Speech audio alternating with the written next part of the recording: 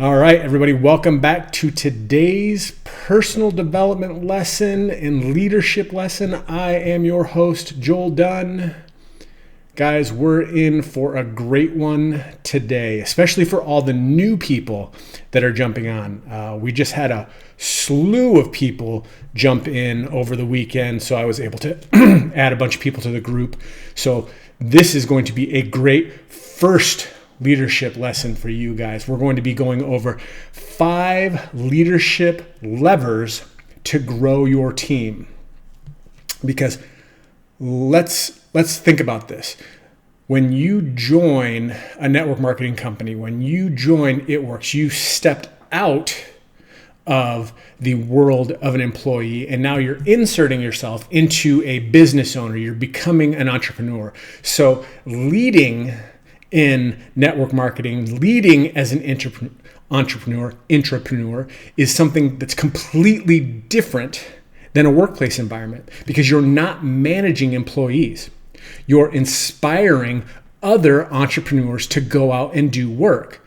You know, I've had tons of conversations with John Maxwell about our industry, and this is what he said to me. He goes, I liken this to a for-profit nonprofit. He said, see, in the business world, everything is for profit, and people are usually working for a paycheck, which means they will show up, they will do the work. He goes, in nonprofits, people have passion for a mission, and they're driven to do the work when they're not getting paid. He said, with network marketing, you have people that are wanting to get paid, but they only get paid when they show up and do the work. And you as a leader have a volunteer army to grow a business because they're not required to come in and put in the work. So that means your influence, not your title, moves people more than in any other area when it comes to employment, which is where most people come from when they start their journey. So here are 5 levels that you can build a stronger team with, a faster team with, faster growth, bigger duplication. And the first one is decision velocity. Don't allow your team to sit in hesitation. Teach them to make decisions quickly, to take action quickly, because slow decisions kill momentum in this business. The longer somebody waits, the colder their excitement gets. Think about this. When somebody joins the business, they are excited because they are making that decision based off of emotion. But when that emotion goes away, the commitment towards what they decided to do in that emotion normally wanes. So you, as the leader, coach them immediately because of the fact that the excitement level is the highest. And when you keep the excitement level high, obviously they're able to go further than if they were to do it without that excitement. So you need to coach them. Think things like this. If it's reversible, decide now. Post that product story. You could take it down if you want. Invite that friend. Go live. These are things that, it's something that could be reversible, so you can decide to do it now. And if you put it out there and you change your mind, you could do something differently. You as the leader need to model speed. Show them that you don't overthink. You take action and adjust. You're not waiting for a perfect moment to take the action. You're taking the action, and if you need to, you adjust on the fly. So here's something that you can do for your team or the people that are growing your team today. You can give them a 24-hour challenge every single week. That challenge could be invite 10 people to jump on a Zoom, to do 1 post a day, to follow up as many people as you possibly can on Friday, because speed creates stories and stories duplicate. Number 2, systems over superstars. See, here's the thing. You don't build your business on your hustle alone. You set the pace of the team with your hustle, and you build simply by yourself. But what you need to do is you need to build simple, repeatable systems that anyone can duplicate. So do you have a flow for your posting? Share that with your team. What are the things that you're doing that are helping you be successful that you can pass on to the next team? Because you as a leader are further ahead, and you can look back and point to the places where people could possibly have a pitfall, and you can help them to avoid that so that you help them get to success faster. See, that overall should be your goal. You look back, you look at where the things are that you had a problem, you created systems around those, and you share those systems with the people on your team. Because if it takes your talent to succeed, your team stalls. It takes a system that anyone can use to win, because not everyone has your talent. So look at the things that you're doing, like your first message script. Do you have one of those that you can share with a new person so they don't have to overthink the first thing that they're going to do? Share a plug and play presentation. Do you have a system? Do you get on our Monday night trainings? Do you get on the Monday night trainings with corporate? These things are easy that you can implement with your team and create a checklist so that they follow along and you can do it. And then here's the thing, keep it duplicatable.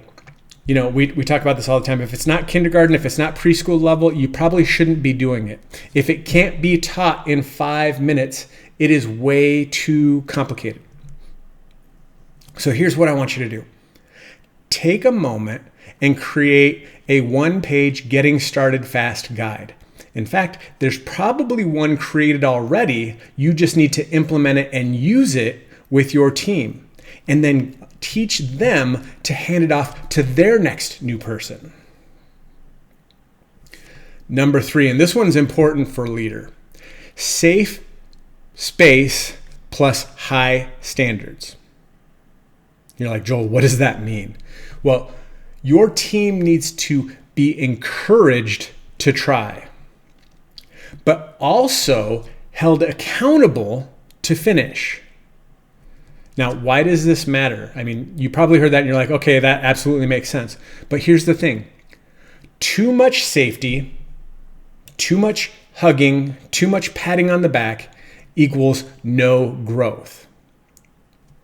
Too much pressure, too much stern rebuking, too much going at them for accountability, and I'm talking about at them, pointing fingers, causes people to quit. This is one of those spaces that is balance is everything. So here's the thing. How do you do that? Well, you create safe spaces. Celebrate attempts, not just the results. Because the attempts, when creating a habit, when you're putting in your reps, those end up turning into results. So you need to celebrate both.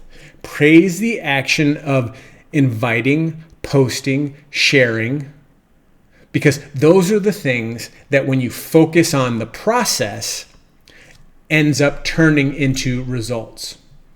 But then also you need to have high standards. Make the target clear. Maybe it's something as simple as 3 new messages a day, 3 actual conversations. Getting 1 person to join you a week. These are the types of things that you set a standard for so that it's measurable. So you as a leader, when you do a team Zoom, do the things like quick wins. If you ever notice when we do events, we talk about the wins first, the lessons learned, and then we set non-negotiable actions for the week. We have an action plan to go out for the remainder of the week. So what is that for you and your team every single week? If you don't know, that might be the problem. That might be why your team is stalling. So take a look and make sure that you know what those things are, share them, and have your team do them and watch the growth happen. Number 4, leaders, I'm sorry to tell you that Energy is contagious. It is. See, when you have a monotone voice and you deliver everything boring, why do you think people are not excited to go out and do this thing with you? That is because in this business, people don't always buy products first. They buy your energy. They're buying you. You are selling you to them. And then you're selling a solution for their problem. Why does that matter? Because your team will never outbelieve you as the leader. So when you are talking to your team, if your energy is flat, theirs will sink even lower. You are the thermostat for your team. If you are a thermometer, your temperature for your team will always be low. If you are the thermostat and you're set at 90, your team will normally run about 75, 80. So just think about that. Your team runs 10 to 15 degrees cooler than you. So protect your belief. How do we do that? Well, you start your day with your quiet time, your prayer. You're listening to trainings to grow yourself. You're here today to grow yourself, to be a better leader so that you can raise the temperature of your team. Bring that energy to every meeting, every talk, every event, every text message that you have with the people on your team. And you can do this. Do a short reset before every team call or every time you're doing a mentoring session with somebody on your team, and ask yourself, what energy do I want them to catch? Again, what energy do you want to expand for them? And then every event or call, think about this before you end. What is the one thing you're excited to take action on now? If you're not leaving them with an action step, they don't know what to do with all that excitement, with all that energy. So take all of that excitement and energy and put it into an action so that they can multiply from what you just went over. And number 5, guys, think in bets. You're like, what is that? I don't even understand what that means. Think in bets. Guys, this business is about planting seeds, not guarantees. Every invite, every post, every ask, every conversation is a bet. That's the thing. You don't know. A farmer doesn't know which seed he has in his hand is going to turn into a harvest. He just knows that if he has enough seeds to put out there, he will have a harvest. Too many quit because they expect every bet to pay off. Winners know it's the volume of bets that wins. The farmer knows that he's going to scatter many seeds, not just toss few, to have the harvest.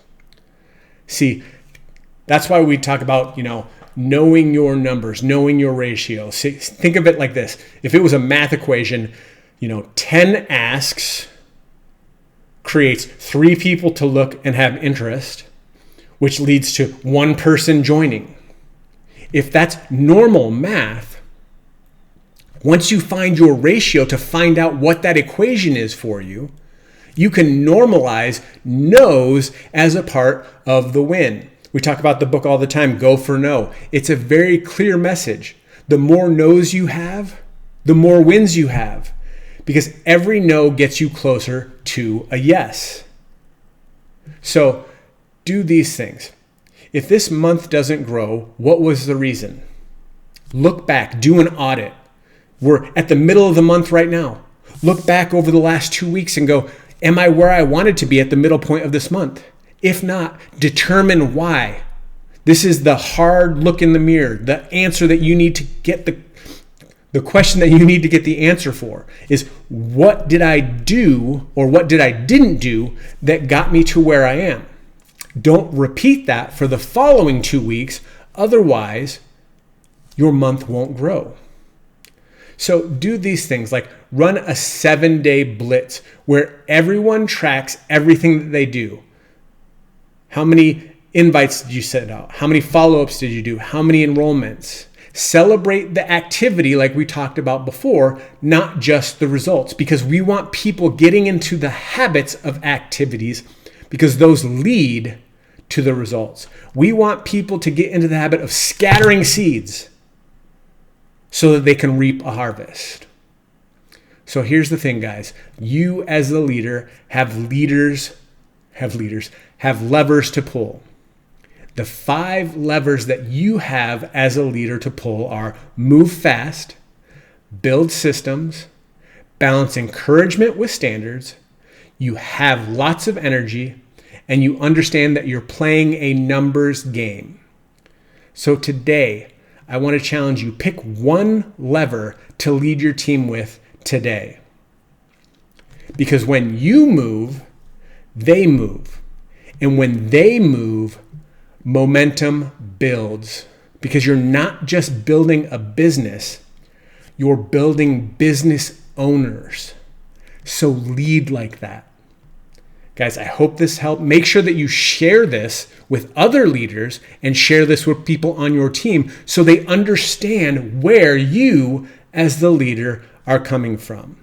Guys, go out and make it an amazing day, and I hope your week is as awesome as you are.